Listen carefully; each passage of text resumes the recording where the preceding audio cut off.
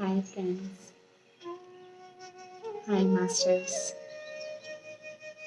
అందరికీ నా యొక్క హృదయపూర్వక అభినందనలు. సో మనం సీతాయనం స్వాధ్యాయంలో బుక్ రీడింగ్లో భాగంగా డే 28కి వచ్చేసామండి. సో ఈరోజు మనం సెక్షన్ స్టార్ట్ చేసుకునే ముందు చక్కగా ఒక 5 నిమిషాల పాటు ధ్యానం చేస్తూ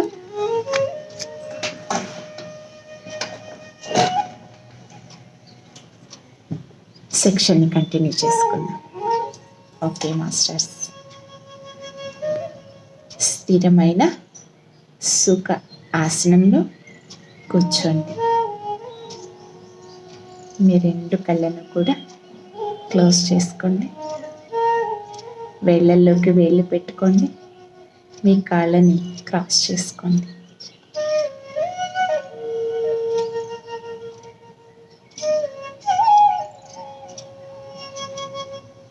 దీర్ఘ శ్వాసను తీసుకోండి.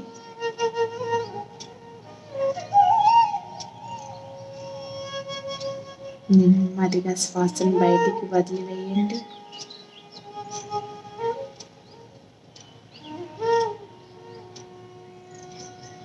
మరొక్కసారి దీర్ఘ శ్వాసను తీసుకోండి.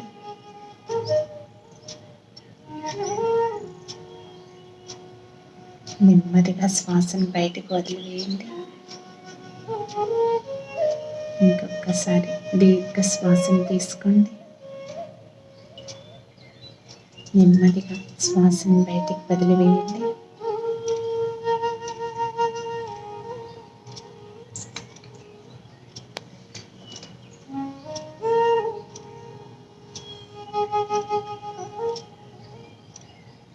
చక్కగా శరీరం అంతా ఎంతో తేలికైపోయింది, రిలాక్స్ అయిపోయాం. సహజంగా జరిగే శ్వాసని గమనిస్తూ శ్వాసతో అనుసంధానమవుతూ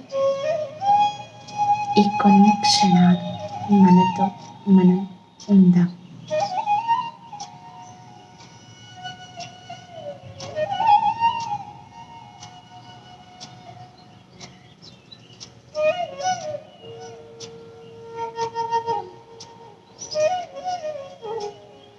ఎరుకతో ఉందాం.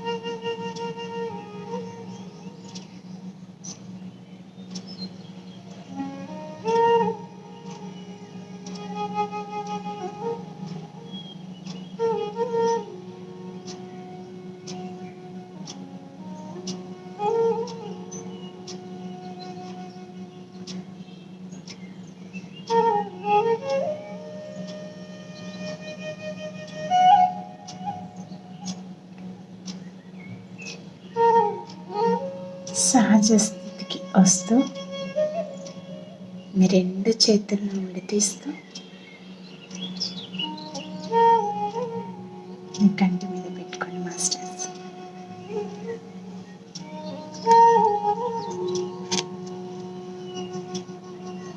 5, 4, 3, 2, 1, 0.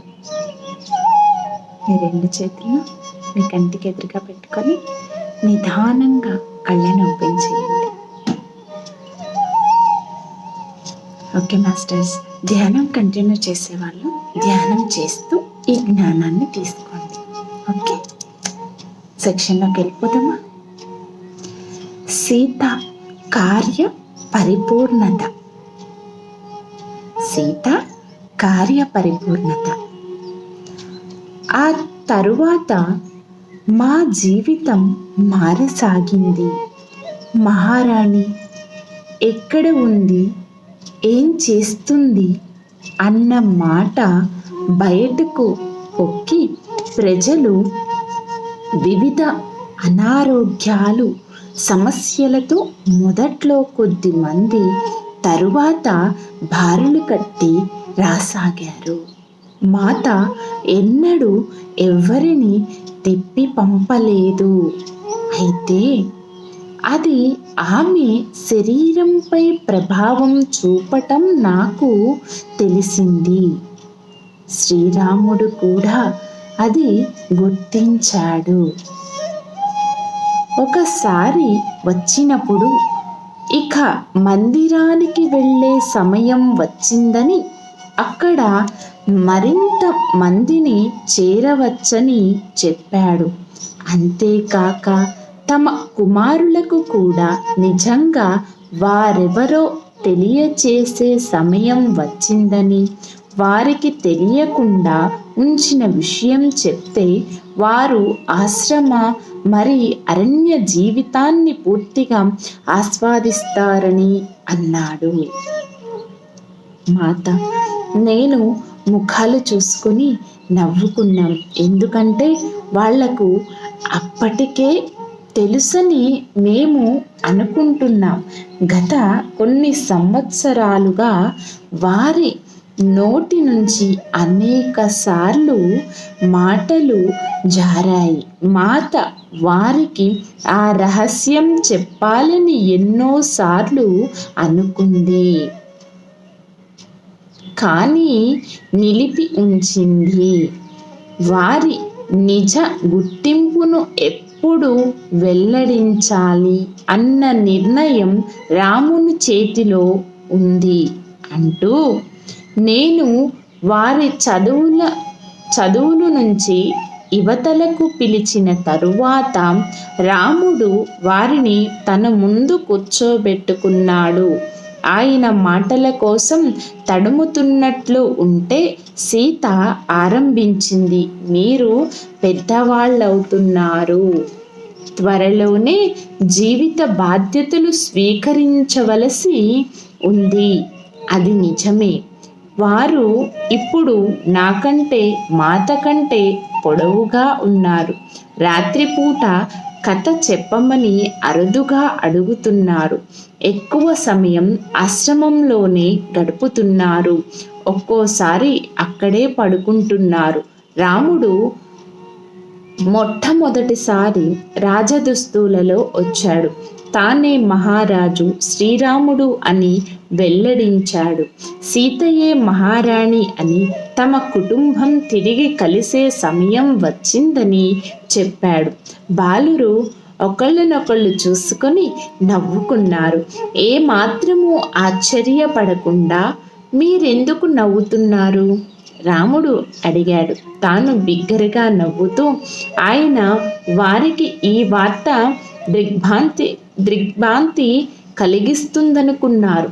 తండ్రి, మాకు కొద్ది కాలం క్రితమే ఈ విషయం తెలుసు. శ్రీరాముడు ఆశ్చర్యంగా చూసి, మరి మీరు ఏమీ ప్రశ్నించలేదు? తండ్రి, మేము మా తల్లిదండ్రుల ఏ చర్యను ఎన్నడూ ప్రశ్నించము. మీరిద్దరిలో ఎవరు ఏ నిర్ణయం తీసుకున్నా దానిలో ఏదో ఒక ప్రయోజనం ఉంటుందని మాకు తెలుసు అన్నాడు లవుడు. శ్రీరాముడు వారిని తన చేతులలోనికి తీసుకొని గట్టిగా హత్తుకున్నాడు. ప్రేమగా, మీ మీ అమ్మ మీకు చక్కగా బోధించింది. మీరు గనుక మందిరములో పెరిగి ఉంటే వేరేగా పెరిగి ఉండేవారు.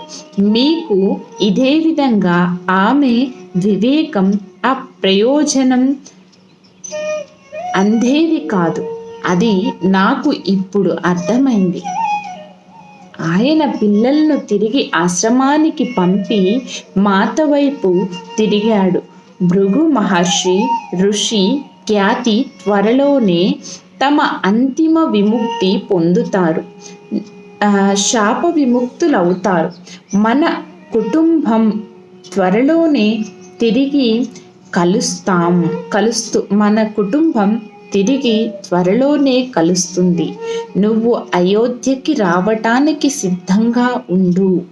ఆయన ఎంతో ఆనందంతో చెప్పారు. ఆమె మౌనముగా తల ఊపింది.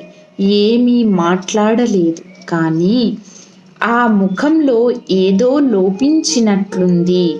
ఆయన అయోధ్యకు బయలుదేరిన తరువాత మాత తలుపు దగ్గర నిలబడి ఆయనను చూస్తుండటం గమనించాను.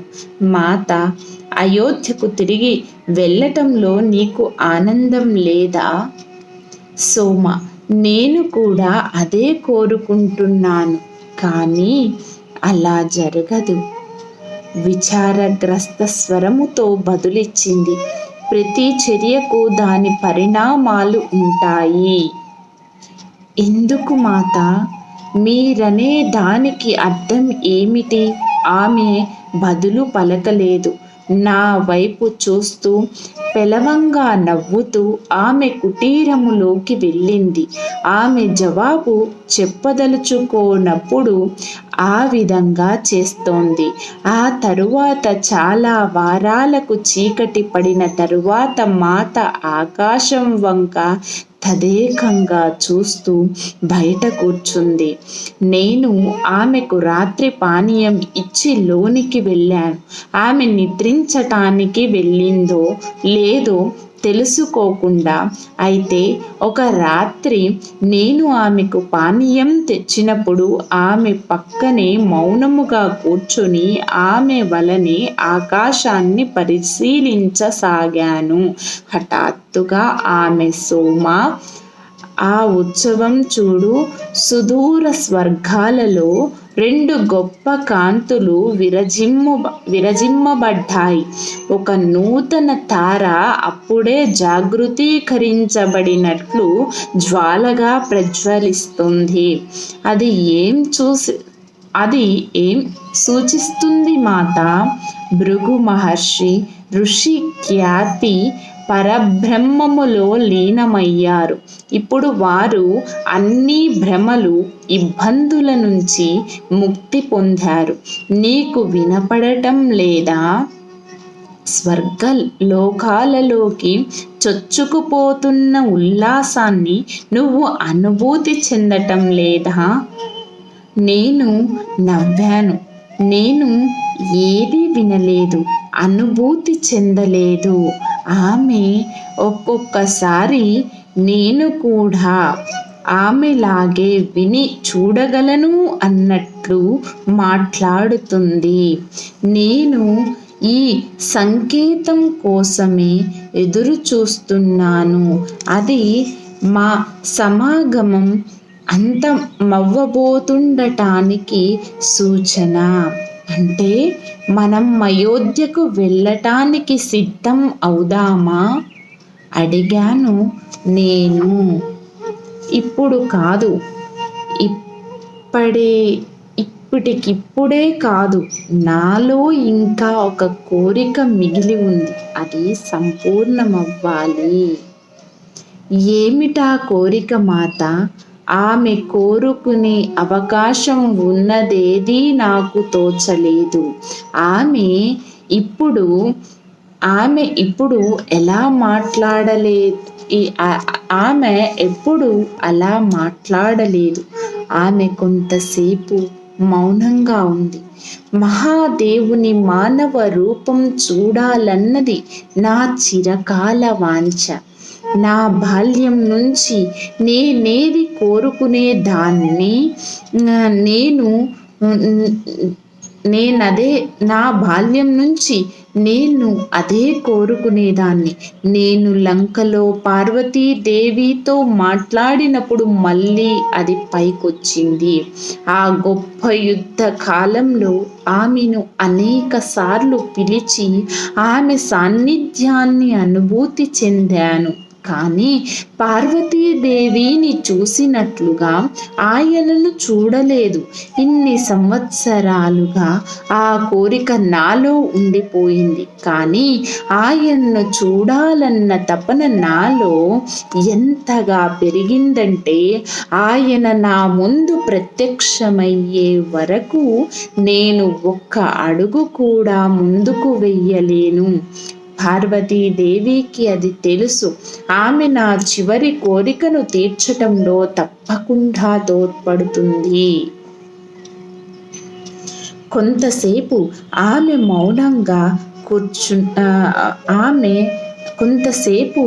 మేము మౌనంగా కూర్చున్నాం.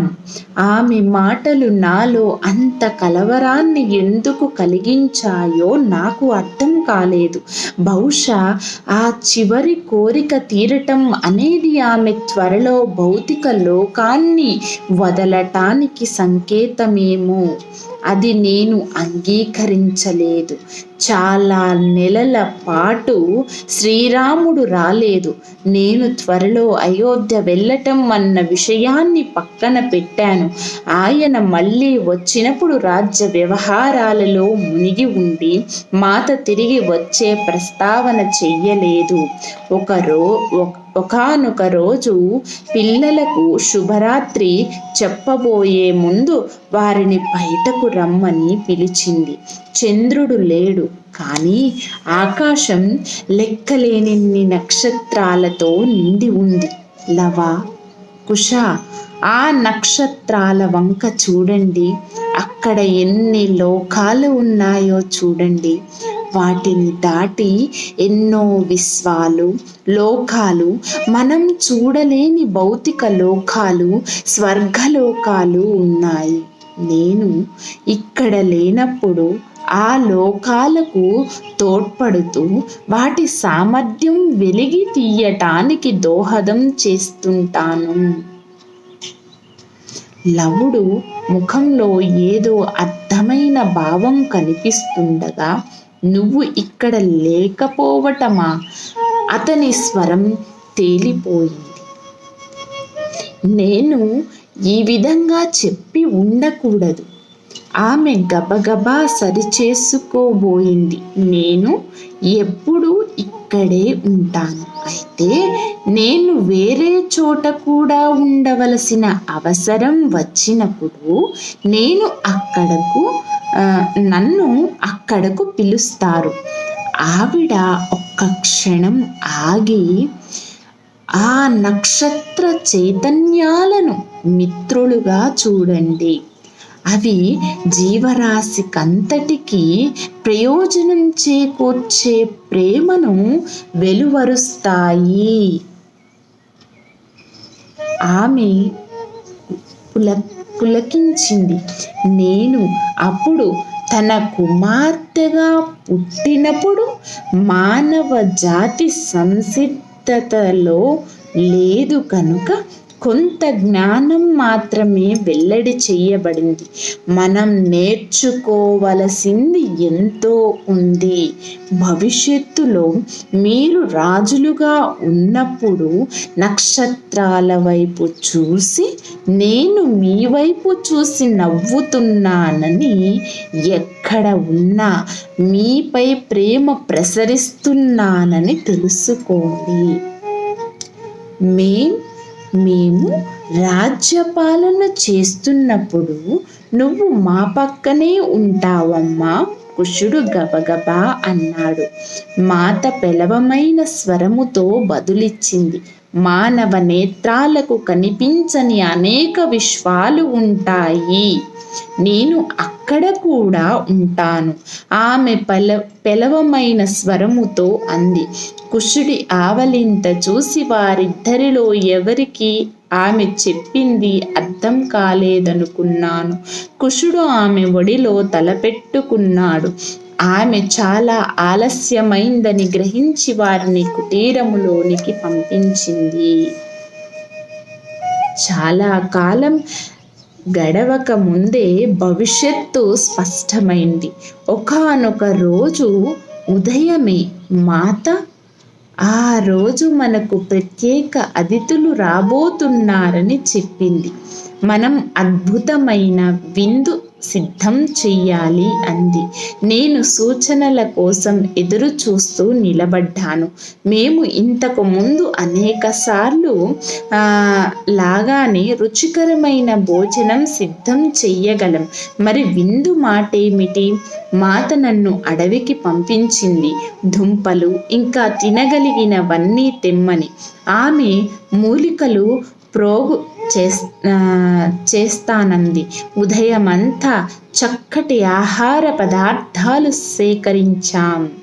ఆమె కొంచెం ఆతురతతో ఉన్నట్లుంది, కానీ అంతకంటే ఊహించలేకపోయాను. శ్రీరాముడు మందిరము నుంచి ఎవరినో తీసుకువస్తారు అనుకున్నాను. బహుశా వాళ్ళు మమ్మల్ని అయోధ్యకు తీసుకు వెళ్ళటానికి వస్తారేమో. సాయంత్రం అయ్యింది. మాత తాను శ్రీరాముడు కూర్చొని ఆహారం తీసుకునే చోట ఆరు బయట తోట మధ్యలో ఒక చోటు సిద్ధం చేసింది. సోమా, నా కుటీరము నుంచి చాపలు మెత్తలు తీసుకురా, ఇక్కడ పరుద్దాం, వారికి ఇక్కడ వడ్డిద్దాం. ఇది నన్ను ఆశ్చర్యపరిచింది. ఇంతకు ముందెన్నడూ మేము మెత్తలు బయటకు తేలేదు. వాటిని సౌకర్యంగా అందంగా ఉండేటట్లు సర్దాం. ఆహారం సిద్ధమైంది. ఇక అతిథులు రావటమే తరువాయి. గంటలు గడిచినా ఎవ్వరూ రాలేదు. మాత ఆలస్యమైపోతుంది, బహుశా వాళ్ళు రేపు వస్తారేమో అన్నాను నేను. ఆమె తల పంకిస్తూ, లేదు, వాళ్ళు వస్తారు, నేను ఖచ్చితంగానే చెప్తున్నాను. ఆహారాన్ని వేడిగా ఉంచు, వారు ఏ నిమిషంలోనైనా రావచ్చు. ఆమె చేతులు నలుపుకుంటూ ఉంది. ఆతురత పడుతూ ఉందని అర్థమైంది. రాబోయేది ఎవరో నేను తెలుసుకోవచ్చా? ఆమె నవ్వి బదులిచ్చి, నువ్వు సమయం వచ్చినప్పుడు తెలుసుకుంటావు. ఆకాశంలో దీపాలు వెలిగిస్తున్నట్లు ఒక్కొక్క నక్షత్రం ప్రకాశిస్తుండగా ఇద్దరు అందమైన యువ ఋషులు తలుపు తట్టారు. మాత తలుపులు తీయటానికి వెడుతుండగా నేను ఆమె హృదయ స్పందన విన్నాను. ఆమె వారిని చూస్తూ ప్రకాశవంతంగా మెరిసిపోతోంది. రాముని వద్ద తప్ప మరెక్కడా ఆమె అలా వెలిగిపోవటం చూడలేదు. ఆమె వారి పాదాలను తాకబోయింది. వారు వారించారు, అయినా మాత వినలేదు. ప్రభు, మాత, ఈ ఒక్కసారికి నన్ను సేవ చేసుకోనివ్వటానికి అనుమతించండి అని శాంత స్వరంతో పలికి నమస్కరిస్తూనే పైకి లేచింది. ఈ ఋషులిద్దరూ ఎవరా అని నేను ఆశ్చర్యపోయాను. ఆ స్త్రీ యవ్వనంతో, అలౌకిక సౌందర్యంతో, పర్వత ప్రాంత ప్రజల వలె గోధుమ వర్ణంతో, నల్లటి మెరుస్తున్న ఆల్చిప్పల వంటి కళ్ళతో ఉంది. ఆ పురుషుడు కూడా అంతే చక్కటి ముఖ కవళికలతో, అదే వర్ణంలో గొప్ప దారుఢ్యాన్ని సూచిస్తున్నాడు. నేను వారిని అదే ఏకంగా చూడకుండా ఉండలేకపోయాను. ముందుగా ఆ స్త్రీ ప్రేమపూర్వకంగా నవ్వుతూ మాట్లాడటం మొదలుపెట్టింది. మాత తనకు తెలిసినట్లుగా, బిడ్డ సీత అంది. ఆ వెనుక ఆయన, సీత, నీ ఎదురు చూపు నన్ను తాకింది, అందుకే నీ కోరికను సంపూర్ణం చెయ్యటానికి వచ్చాను. నేను నీ కోరికను దేనిని తిరస్కరించలేను. మాత వారిని కూర్చోమంది. వారు సర్దుకునేసరికి శ్రీరాముడు నడుస్తూ రావటం చూశాను. ఆయన వచ్చిన వెంటనే వారికి నమస్కరించాడు. వారు అక్కడ కూర్చొని ఉండగా ఒక పల్చటి కాంతి వారి చుట్టూ పరుచుకుంది. ఆ రాత్రి ఆకాశంలో చంద్రుడు తప్ప వేరేమీ లేవు. ఆయన సరే, నక్షత్ర ప్రకాశం లేకపోయినా వారి చుట్టూ కాంతి అలుముకుంది. అది ఆ ఋషులు ఇద్దరి శరీరాల నుంచి ప్రసరిస్తున్నట్లు ఉంది. కొంతసేపు కూర్చున్న తరువాత మాత భోజనం తేవటానికి లేచింది. ఆమె వారిద్దరితో పాటు శ్రీరాముని కూడా భోజనానికి కూర్చోమంది. ఆమె కూడా కూర్చున్న తరువాత ఆమెతో నేను వడ్డిస్తాననగా సరే అంది. అందరూ మౌనముగా భోంచేశారు. మాత అక్కడ అంతా సర్దిన తరువాత ఆమె శ్రీరాముని వైపు తిరిగి, మాత లంకలో ఉన్న కాలంలో జరిగిన అనేక విషయాలు చెప్పింది. ఆమె పూర్తి చేసిన తరువాత మాత వైపు తదేకంగా చూసి, రావణునితో జరిగిన యుద్ధంలో విషపు బాణం తగిలి లక్ష్మణుడు మూర్ఛిల్లినప్పుడు మాత యమదేవునితో యుద్ధం చెయ్యటాన్ని వర్ణించింది. ఆమె కలిగించుకోనట్లయితే లక్ష్మణుడికి ఆ రాత్రి గడిచేది కాదు అని చెప్పింది నిదానంగా. శ్రీరాముడు మాత వైపు చూడగా ఆమె నేల చూపులు చూస్తూ ఉంది. ఆమె ఈ అనుభవాలు రామునితో ఎప్పుడూ చెప్పలేదు. ఆ స్త్రీ ఇంకా కొనసాగిస్తూ, లక్ష్మణుడు జీవించి ఉండటానికి బదులుగా సీత తన జీవితంలో నుంచి కొన్ని సంవత్సరాలను ఇవ్వవలసి వచ్చింది. అది యమదేవుని షరతు అని మౌనంగా ఊరుకుంది. ఆ మాటలు విన్న శ్రీరాముడు పరిస్థితిలోని తీవ్రతను గ్రహించాడు. అయితే పొడిగించటం అనేది ఖచ్చితంగా జరుగుతుందా? ఆ స్త్రీ తల పంకించి అది సీత మాట అని శాంతంగా బదులిచ్చింది. ఆమె తన జీవితంలో నుంచి కొన్ని సంవత్సరాలు ఇచ్చినట్లు నేను కూడా ఆ విధంగానే చెయ్యవచ్చా అని ఆయన మృదువుగా అడిగాడు. మళ్ళీ ఆ స్త్రీ తల పంకించి సమయం మించిపోతుంది అంది. ఎంతకాలం మిగిలి ఉంది ఆయన అడిగాడు. ఆ స్త్రీ మాత వైపు తిరిగింది. నువ్వు వెళ్ళే సమయం ఎంపిక చేసుకోవచ్చు, అయితే 1 సంవత్సరంలోపు. అంత త్వరగానా అడిగాడు రాముడు. ఆమె తల ఊపింది.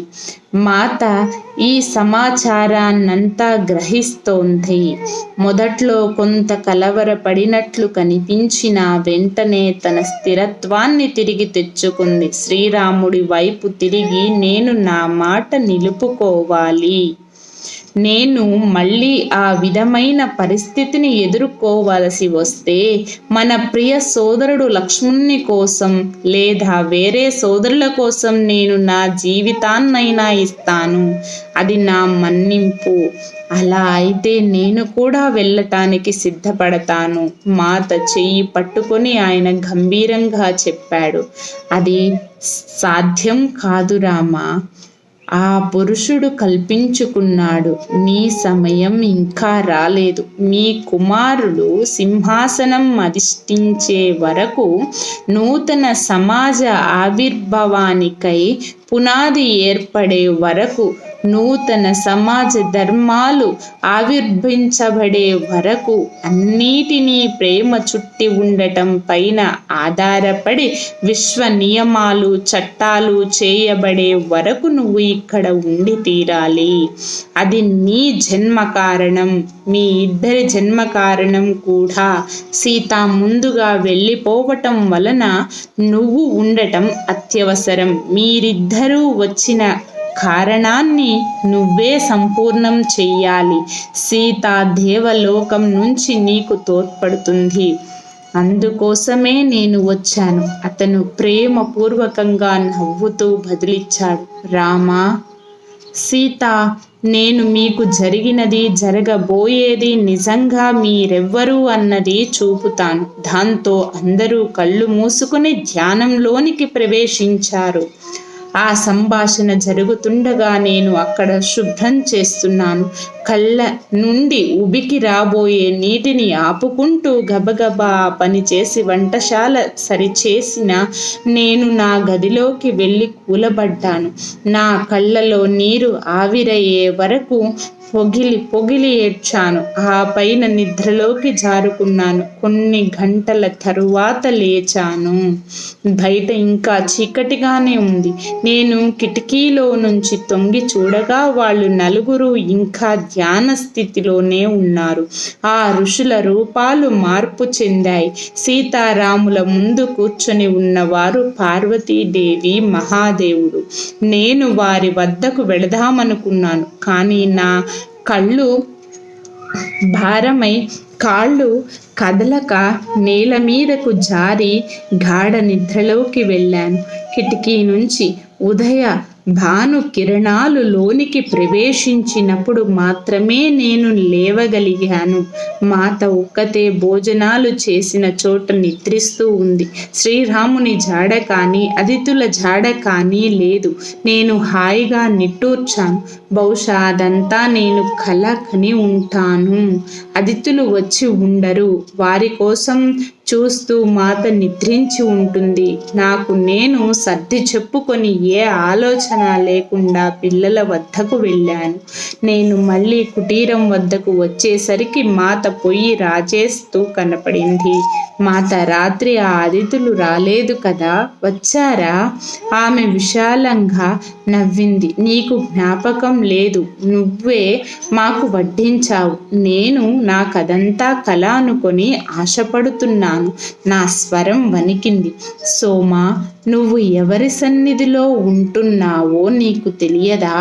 నా మనసు ఇంకా సందిగ్ధంలోనే ఉండటం వలన నేనేమీ బదులు ఇవ్వలేదు. వెళ్ళు, మళ్ళీ ఆ చాపలు మెత్తలు అన్నీ కుటీరములోనికి తీసుకురా. అప్పుడు నీకు తెలుస్తుంది. నేను ఆ చాపలు చుట్టేటప్పుడు స్త్రీ పురుషులు ఇద్దరూ కూర్చున్న చోట చిన్న ఆభరణాలు వెదజల్లబడి ఉండటం చూశాను. ఒక బుట్ట తెచ్చి ఏరసాగాను. తలుపు దగ్గర నిలబడి మాత నవ్వటం నేను చూశాను. ఆమెను చూడగానే నేను చూసింది వాస్తవమే గ్రహించాను. ఆ వచ్చినది మహాదేవుడు, పార్వతీదేవి. అప్పుడు నాకు నేను రాత్రి లేచి వారి రూపాలను చూశానని జ్ఞాపకం వచ్చింది. నాకు ఈ గుర్తు రాగానే మాత తల ఆడిస్తూ ఆ రత్నాలను గురుదేవునికి ఇచ్చి, అది శ్రీరాముని కుటుంబాన్ని ఇన్ని సంవత్సరాలు జాగ్రత్తగా చూసుకున్నందుకు బహుమతి అని చెప్పు. మాత తాను ఈ ప్రపంచం నుంచి ముందుగా వెళ్ళిపోయే వార్తతో ఏమీ కలవరపడలేదు. నేను ఆ ప్రస్తావన తేవబోగా ఆమె నోటిపై వేలుంచి, సోమా, రేపటి గురించి ఆలోచించకు. మనం ఈ వేళ గురించే పట్టించుకోవాలి. ఈ ప్రపంచం ఎన్నటికీ అనిత్యమే.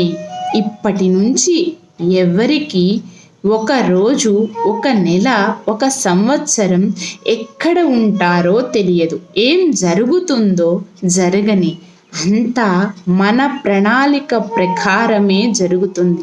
దానిని మనం ప్రశ్నించటం కానీ, అనివార్యమైన దానికి విచారించటం కానీ చెయ్యకూడదు.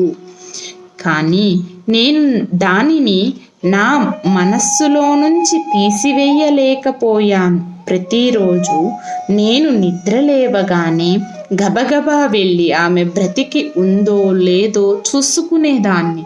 అది చూసి ఒకరోజు ఆమె నవ్వి, సోమ, నేను నీకు మాట ఇస్తున్నాను. ఆ రోజు వస్తే మొదటిగా తెలిసేది నీకే అంది. సాయంత్రాలు ఆమె ఏదో పరిశీలిస్తున్నట్లుగా నక్షత్రాలను తదేకంగా చూసేది. ఒకానొక సాయంత్రం ఆమె నాతో ఇలా చెప్పింది: ఒకసారి నేను భృగు మహర్షి కుమార్తెగా పుట్టి భూమి మీదకు నక్షత్రాల గురించిన జ్ఞానం, వాటి చలనాలను అర్థం చేసుకోవటం, మానవ జీవితంపై వాటి ప్రభావాలను భూమిపైకి తీసుకురావటంలో సహాయపడ్డాను. ఆ సమయంలోనే నారాయణుడు శపించబడ్డాడు. అలా జరగకపోతే తన భార్య ఉసన మరణం వల్ల కలిగిన వేదన తీవ్రతతో భృగు మరణించి ఉండేవాడు. కానీ నారాయణుడు అతని పని పూర్తి కాలేదు. అతను చాలా కాలం ఈ చక్రం పూర్తి అయ్యేటంత వరకు నిలిచి ఉండాలి అన్నారు. అందువల్ల ఆయన ఇంకా మనతో ఉన్నాడు. మానవ సమాజానికి జ్ఞానం తీసుకువస్తున్నాడు. మాత, మీరు ఏం గమనిస్తున్నారు? నేను ధైర్యం చేసి అడిగాను. ఒకవేళ ఆమె వెళ్ళిపోవటానికి మంచి రోజు కోసం చూస్తుందేమోనని.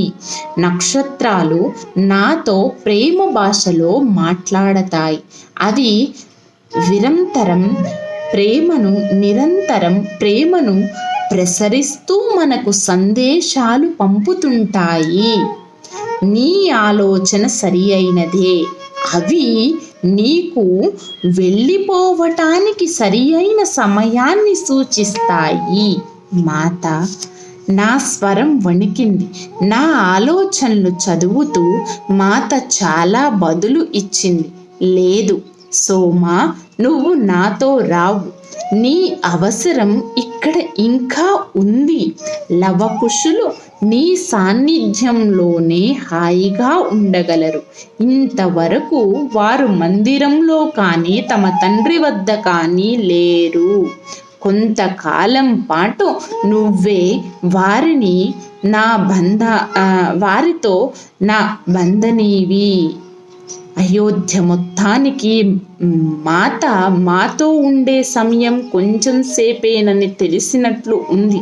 ఒక్క క్షణం ఆమెను చూసి వెళ్దామని అందరూ రాసాగారు. అది ఆమెకు ఇబ్బందికరంగా ఉన్నా అందరినీ ఆహ్వానించింది. ఒకానొక రోజు ఉదయం ఆమె నాతో, నేను మరొకసారి అయోధ్యను చూడాలి, ఆ వీధులలో నడవాలి, అది ఎంత పెద్దదైందో చూడాలి, అది ఎంత కిటకిటలాడుతుందో తెలుసుకోవాలి అంది. మాత, నేను హనుమంతుడితో ఈ ఏర్పాటు చెయ్యమని చెబుతాను అన్నాను. ఆమె సరే అంది. కానీ మా ఇద్దరికి అది జరిగే పని కాదని తెలుసు. ఆమె బలహీనంగా మారిపోయింది. అంత దీర్ఘ ప్రయాణాన్ని తట్టుకోలేదు. అయినా మేము ప్రయత్నం ఆరంభించాం. త్వరలోనే హనుమ వచ్చాడు.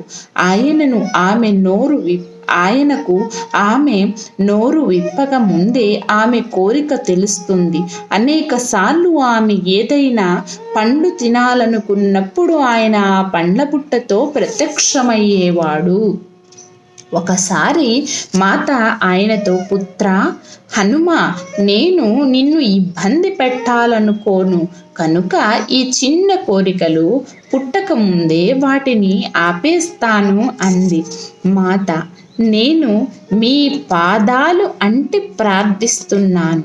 మీ మదిలో వచ్చే ఈ చిన్న చిన్న కోరికలను సంతృప్తిపరిచే ఆనందం నుంచి నన్ను దూరం చెయ్యకండి.